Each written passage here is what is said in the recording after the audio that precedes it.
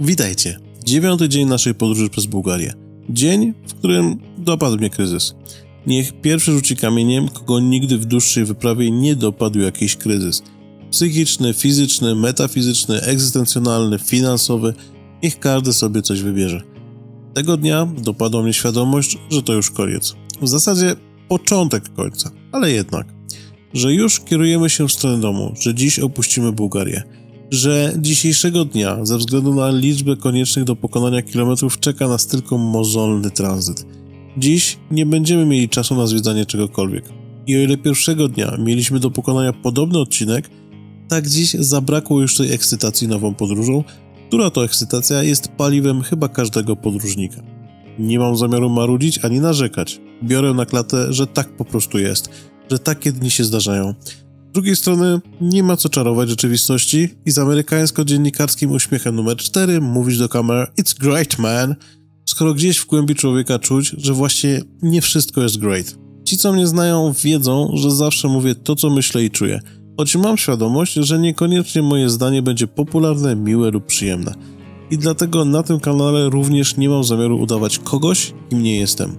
W jednym z pierwszych filmów na tym kanale powiedziałem wam, że nie jestem typem showmana. Chcę być sobą, chcę być autentyczny w tym, co robię, a filmy z moich podróży mają być zapisem podróżniczej rzeczywistości. Na dobre i na złe. Z dwóch prostych powodów. Po pierwsze, gdy będę oglądał te filmy na starość, nie chcę się martwić, że dopada mnie demencja tylko dlatego, że pamiętam te wydarzenia inaczej niż są przedstawione w filmie. A po drugie dlatego, że tak jak już wielokrotnie wspominałem, ten kanał jest dla osób początkujących, dla osób, które dopiero chcą rozpocząć przygodę z podróżami. I bardzo nie chcę, żeby ktoś kiedyś miał do mnie pretensje, że w moich filmach to wszystko jest super i fajnie, a on właśnie siedzi na poboczu drogi i zastanawia się, czy nie zepchnąć motocykla w przepaść, bo dopadł go właśnie kryzys i nie ma siły dalej jechać. Takie dni jak dziś po prostu się zdarzają i są częścią wypraw, z którą należy się liczyć. Jak powiedziała pani ministra, sorry, taki mamy klimat. Tego dnia opuszczamy Sofię. I ten fakt akurat bardzo mnie cieszy. Opuszczamy miasto, które nie przypadło mi do gustu. Chociaż z drugiej strony uczciwie muszę przyznać, że inaczej patrzyłem na bulwary stolicy i na samo miasto, jadąc o 5 rano pustymi ulicami. W tych okolicznościach to miasto nieśmiało pokazywało swój urok. Ale niestety, pierwsze wrażenie za bardzo wryło mi się w pamięć. Opuszczamy też, co również bardzo mnie ucieszyło, hostel, który chciałem, ale wiem, że nie zapomnę nigdy. Brud i smród i aż mnie otrząsa na samo wspomnienie. Brrr.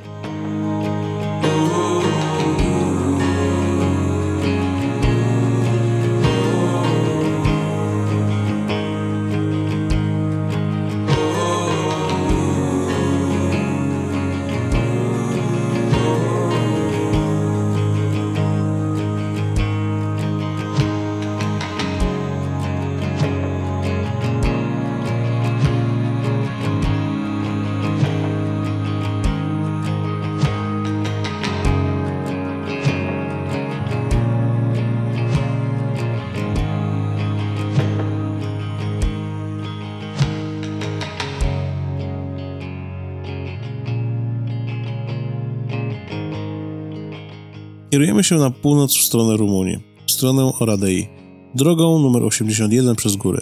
Już nie tak pięknie jak w Rodopach, ale za to kręto i znowu mały ruch.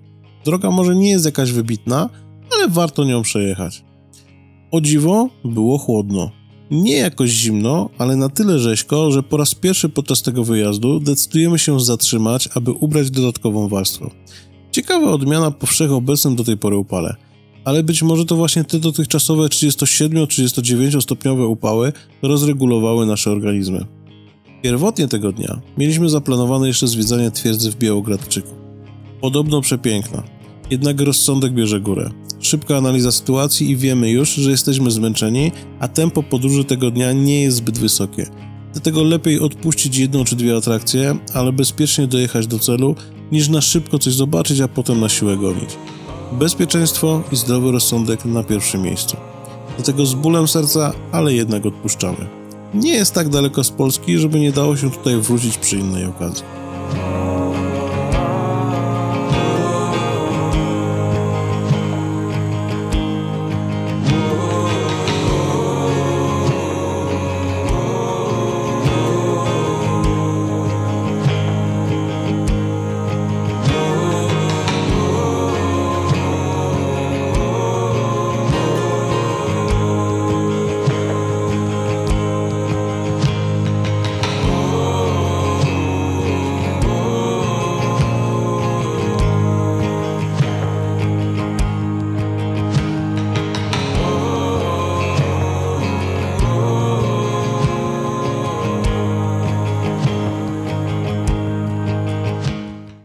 dobry kochani, godzina 11 czasu lokalnego. Od godziny 7 jesteśmy w podróży, jeżeli dobrze patrzę, tak. Wyjechaliśmy z Sofii, już dojeżdżamy praktycznie do granicy rumuńskiej, miejscowość Widin. Kochani, żeby nie być gołosłownym, w związku z tym, co wam mówiłem ostatnio, przez te 4 godziny jazdy, przez 200 km od Sofii do Widinu naliczyłem 12 motocykli, a widzieliście zapewne w urywkach, że jechaliśmy przez spore zakręty, przełęcze, więc aż się prosiło, żeby tam motocykle były. Naliczyłem 12 motocykli, z czego 6 w samej Sofii, jeszcze zanim wyjechaliśmy, pozostałe 6 na trasie. Z tych 12, 3 to były obcotabliczne motocykle, bo kufry widać było, że turyści z zagranicy. I z tych 12 jeszcze 3 to były maxi skutery, czyli jak widzicie, no szału z motocyklami nie ma.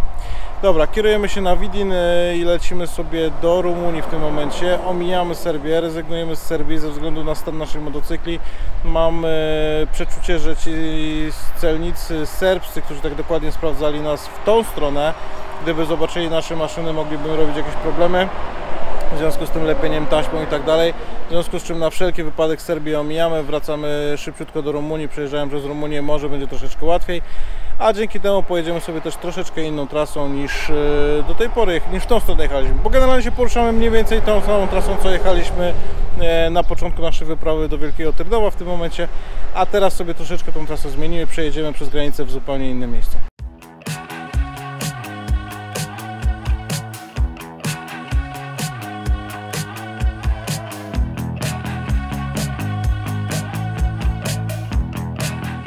Na tą część filmu nie mam przygotowanej żadnej opowieści dla Was. A i drogę już pewnie kojarzycie, bo częściowo wracamy tą samą szosą, którą jechaliśmy w tamtą stronę. A że jakoś muszę utrzymać Waszą uwagę, bo przecież kasa z reklam musi się zgadzać, tutaj mimo że nie widać, to załóżcie, że mrugnąłem okiem, to porozmawiajmy jeszcze o kryzysie. Powiem jeszcze raz. Nie zamierzam narzekać, marudzić czy użalać się nad sobą. Potraktujmy to jako kolejną lekcję z serii poradnika dla początkujących motocyklistów. Kryzysy się zdarzają. Oczywiście im większe doświadczenie i staż, tym łatwiej ich uniknąć lub sobie z nimi poradzić, a w zasadzie je przetrwać. Z czego wyniknął mój kryzys? Nie mam pojęcia. Może z tego, że wstaliśmy przed wschodem słońca, może z ogólnego zmęczenia podróżą, może ze zmęczenia upałami, może z tęsknoty za domem, bo w gruncie rzeczy jestem z natury domownikiem, może z tego, że po raz kolejny już zmieniliśmy plany, może z tego, że tego dnia musieliśmy pokonywać żmudne kilometry w ślimaczym tempie bez szans na zwiedzanie czegokolwiek. A może tak jak w przypadku katastrof lotniczych, po prostu z nałożenia się małych części tych wszystkich składowych, akurat tego konkretnego dnia. Coś jak Blue Monday. Mój kryzys trwał na szczęście tylko 1 dzień i kolejnego ranka obudziłem się już wypoczęty i radosny jak skowronek. Tutaj drugi raz mrugam okiem, bo ci co mnie znają wiedzą, że moje poranki należą raczej do tych z kategorii ciężkich. Tak czy siak, odpoczynek i zwiedzanie Oradei bardzo mi pomogły. No więc, co może zrobić początkujący motocyklista, aby zmniejszyć szanse na wystąpienie kryzysu lub złagodzić jego objawy? W mojej ocenie trzeba zacząć od dobrego przygotowania do wyjazdu. Dobrze mieć jak najwięcej rzeczy zaplanowane. I tak wiem, że pojawią się głosy, że ja to lubię jechać w ciemno bez planowania. No i super, ale ja to porównam do improwizacji w grze aktorskiej. Aby improwizacja wyszła dobrze i nikt się nie kapnął, że aktor nie trzyma się scenariusza, aktor musi mieć doświadczenie, być dobrze przygotowanym i mieć warsztat. I bardzo podobnie jest z wyprawami. Aby móc pojechać gdzieś w ciemno i bez przygotowania, trzeba mieć już jakieś doświadczenie i umiejętności. Trzeba wiedzieć, czego się można spodziewać w podróży, wiedzieć, jak na wyjeździe funkcjonuje nasz organizm. Trzeba nabrać trochę pewności i umiejętności radzenia sobie z problemami. Zdecydowanie osobom, które jadą pierwszy czy drugi raz, nie polecam wyjazdów bez mniej lub bardziej rozplanowanego wyjazdu. Z czasem w kolejnych wyjazdach można powoli wprowadzać elementy improwizacji. Po drugie, warto pojechać z kimś bardziej doświadczonym, ale jednocześnie z kimś, kogo znamy i komu ufamy. Zdecydowanie nie polecam zupełnie początkującym podpinanie się pod grupy doświadczonych motocyklistów, których kompletnie nie znają. Tutaj może wydarzyć się wiele złego. Obopólne pretensje o to, że ktoś nie czeka, albo że ktoś spowalnia, albo że ktoś jest źle przygotowany, albo. Jeśli nie macie z kim jechać, to choć to banalnie brzmi, zacznijcie wasze podróże od 2, 3, 4-dniowych wyjazdów w rejony, które znacie, w których sobie poradzicie, w których nie będzie bariery językowej lub z których łatwiej w razie W będzie wam wrócić pociągiem czy autobusem. Z czasem zacznijcie zapuszczać ją coraz dalej.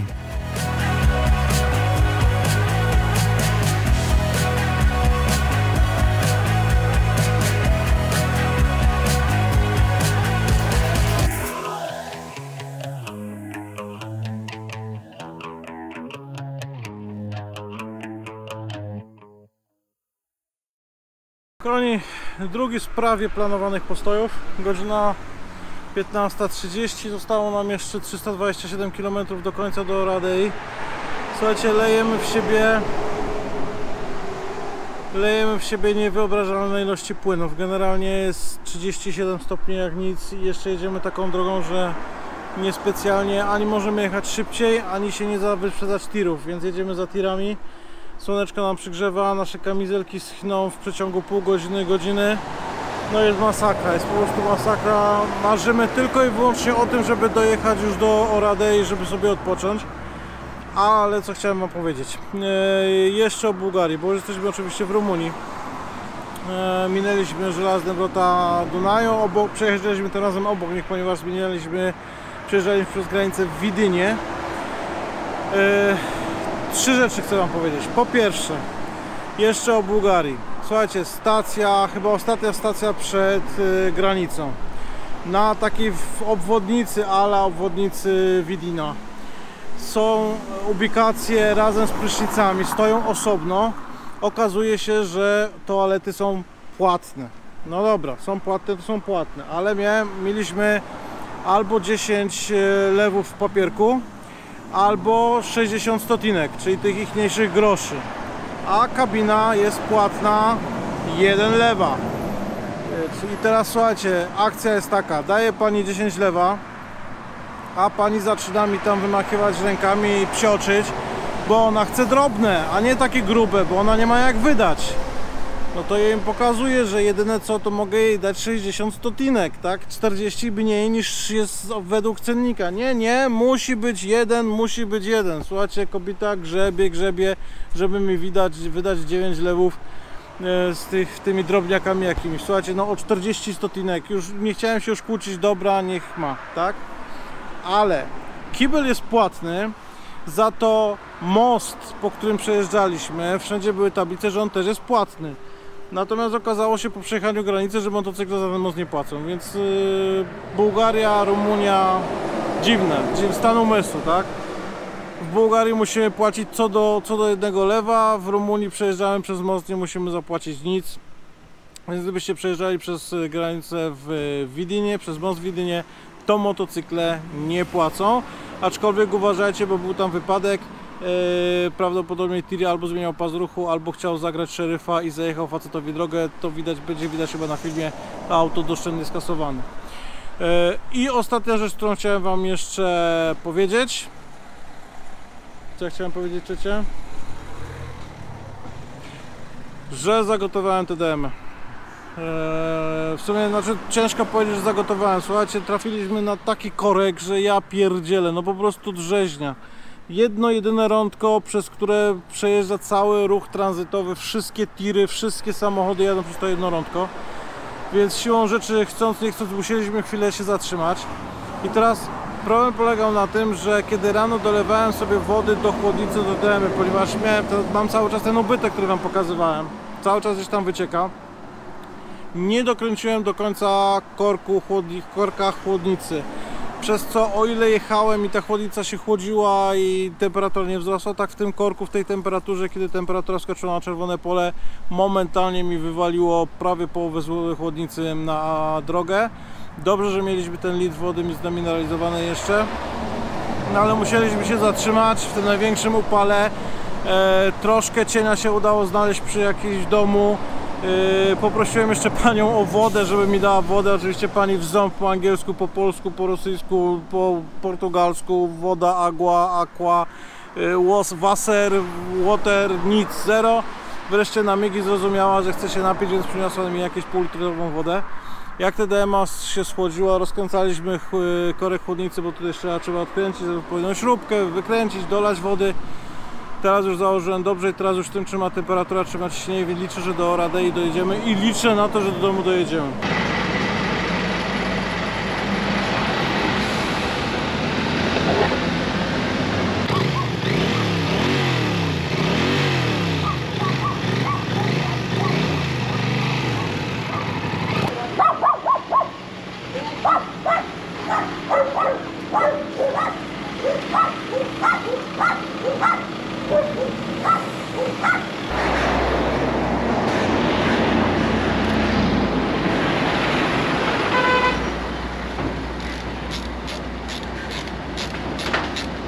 Słuchajcie, tak jak wam powiedziałem, prawie 330 km do Raadei. Jest fajnie. Są wakacje. O tym sobie porozmawiamy, jak już zrobimy film podsumowujący. Dobra, schłodziliśmy sobie kamizelki, schłodziliśmy się na stacji benzynowej w Klimie. Lecimy dalej, bo jeszcze kawał drogi przed nami. Znowu po 20 przyjedziemy na miejsce.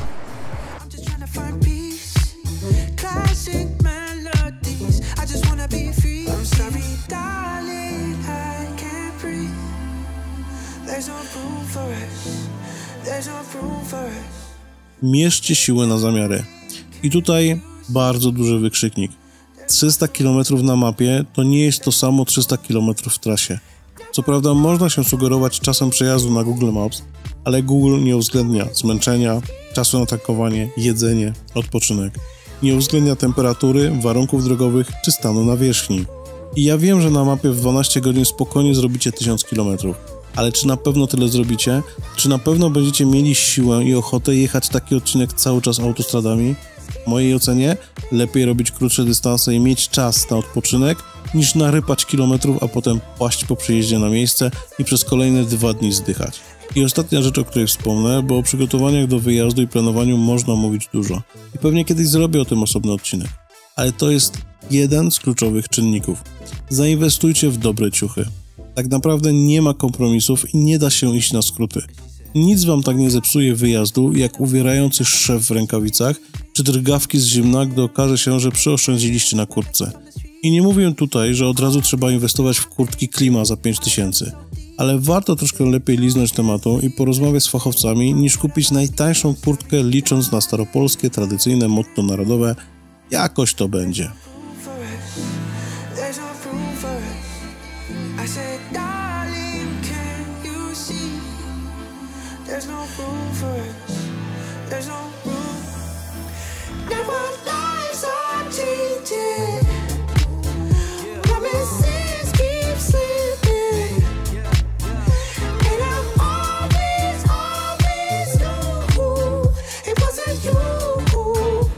Napiszcie w komentarzu, czy dopadł was kryzys w podróży i jak sobie z nim poradziliście. Jestem naprawdę bardzo ciekawy waszych historii. Na dziś to już wszystko, a jutro już zdecydowanie będę miał lepszy humor, bo będziemy zwiedzali przepiękne miasto Oradea. Do zobaczenia, trzymajcie się, cześć.